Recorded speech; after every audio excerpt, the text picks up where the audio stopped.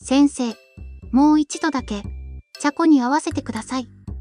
放課後の職員室、机の隅に置かれた紙の上で、少女の震える声が響いた。風間美優、中学3年生。周囲から不思議な子と呼ばれていた彼女は、学校にほとんど来なかった。だが、そんな彼女にだけ、心を開いた存在がいた茶子。学園で飼われていた老犬で、保健室裏にある犬小屋で静かに暮らしていた。茶子は、もともとこの学校にいた理科の先生が保護した迷い犬だった。教職員と生徒会で世話をし、今や学校のマスコット的存在。生徒たちの心の拠り所でもあった。特に、家でも学校でも心の居場所を見つけられなかった美優にとっては、唯一の親友だった。だが、ある朝、茶子が静かに息を引き取ったことが伝えられた。悲しみが広がる中、学校は新学期から犬小屋を撤去すると告知。思い出の痕跡は何もかも消えてしまう。美優、今日は登校してくれてありがとう。担任の先生が優しく声をかけると、美優はかすかにうなずいた。だがその表情は今にも崩れ落ちそうだった。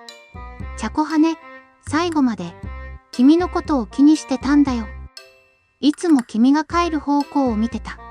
その言葉に右の目が揺れる。ぐっと唇を噛んでから彼女は小さな声で言った。茶子、私のことを待ってたのかな。その夜、美優はこっそりと学校へ向かった。月明かりに照らされる中には、茶子の犬小屋の前に立ち尽くす彼女の手には、小さなぬいぐるみと破れかけたノートがあった。ごめんね、ずっと逃げてた。でも、茶子がいたから、私はここに戻ってこられた。涙が頬を伝い、地面に落ちる。彼女はそっと犬小屋の前にぬいぐるみを置いた。ありがとう。茶子。またいつか会おうね。その瞬間、ふわっと風が吹いた。犬小屋の入り口に吊るされた風鈴が、鈴や金音を鳴らす。翌朝、職員室に一枚のメモが残されていた。卒業まで、学校に毎日来ます。茶子がいてくれた場所を大切にしたいから。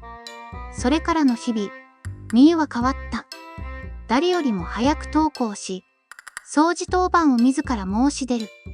周囲と少しずつ会話するようになり、表情も明るくなっていった。卒業式の日、校長先生はスピーチでこう語った。この学校には一匹のヌヌがいました。言葉は話せなくても多くの生徒の心を支え、育んできました。その命の友シビは静かに次の命へと受け継がれていったのです。美優は空を見上げて涙を殺した。ありがとう、茶子。あなたがくれたもの、私は絶対に忘れないよ。静かに鐘の音が鳴り響く校庭。桜の花びらが春風に乗って舞い上がる。